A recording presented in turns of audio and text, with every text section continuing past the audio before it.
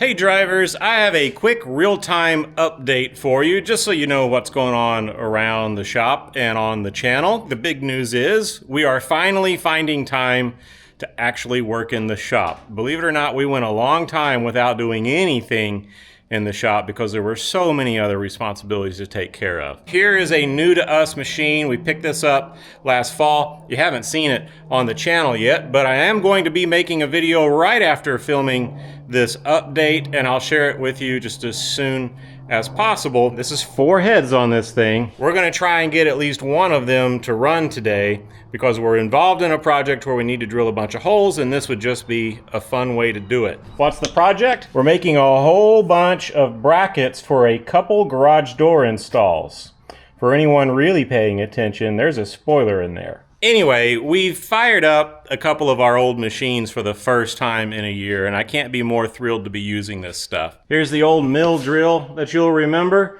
Pay no attention to the CNC lathe behind it. I know nothing. We've been using our old welder and our parts washer, both of them serving as catch-alls at the moment. Not sure you can make much out in this dark storage area here, but one of these engine cases is Wheezy.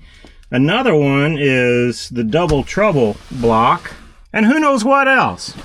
But all that hard times engine building stuff we were doing, it's all waiting for a chance to be revived. And yes, that is the plan. I even picked up a crusty set of used 94mm pistons with clearanced stock rods and a 74mm crankshaft. It's ground 30 over on the mains, and it's got standard rods. That would be a pretty fun, crusty build. I've been daily driving, and the engine has held up really, really well.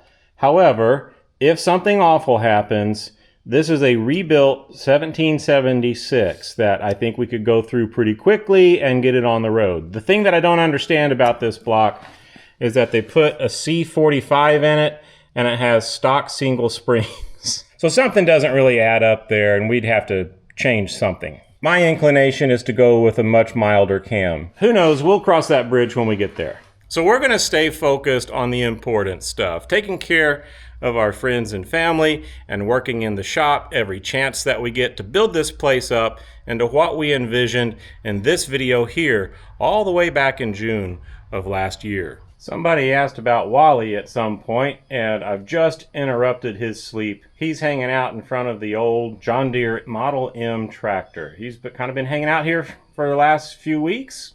He's actually gotten lost for a couple of days at a time and then comes back. That's just kind of the way of an outdoor cat. But I'm glad he's still hanging out with us, and he's still a pretty cool cat. Yes, this old 2-cylinder tractor from mid-century, about 1949, is indeed a future project. It's pretty far out, to be honest, but it'll be a lot of fun to play with this. Now, you know, if you've been watching the channel, that we've been doing a whole lot of catch-up videos. Those are going to wind down in the next month or so. Something tells me everybody's ready for that. But there's some pretty cool episodes coming up. The next one in the catch-up videos is when we moved the lathe and the Bridgeport up. And that was a big deal, because I knew that once those left the shop down in Florida, that it was going to be a long haul before I got to use them again. And indeed, I have yet to be able to hook those things up, make some space for them, and do some milling or some turning on the lathe. I'm looking forward to that. But what you're going to see is the episode of when we finally loaded those things up and hauled them up here. It was quite the trip.